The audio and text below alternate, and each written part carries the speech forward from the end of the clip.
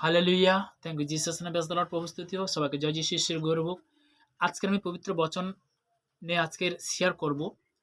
তো তেমনি শেয়ারের মধ্যে যে মুথি তার 28 অধ্যায় তার 19 এবং 20 পদ, কারণ পিতার বাক্য বলছে, অতএব তোমরা গিয়া সমুদয় জাতিকে শিষ্য করো, পিতা ও পুত্র ও পবিত্র আত্মা নামে, তাহাদিগকে বাপ্তিস্ম করো।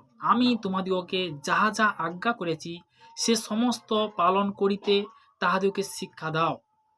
তো তেমনি বলতে কি, পালন বলতে কি, সকাল দুপুর রাত্রি 3 টাইম বলতে কি, আমরা প্রভুর চরণতলে যেন আসি, যেন নিজেকে নম্রতার সহিত ধীরতার সহিত পিতার বাক্য অনুসারে যখন আমরা প্রার্থনা করি।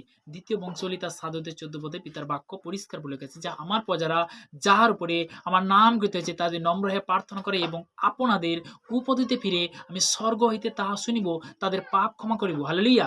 তো পিতার আজ্ঞা বলতে কি, সর্বদাই আমরা যেন প্রভুকে যেন আগে রাখি।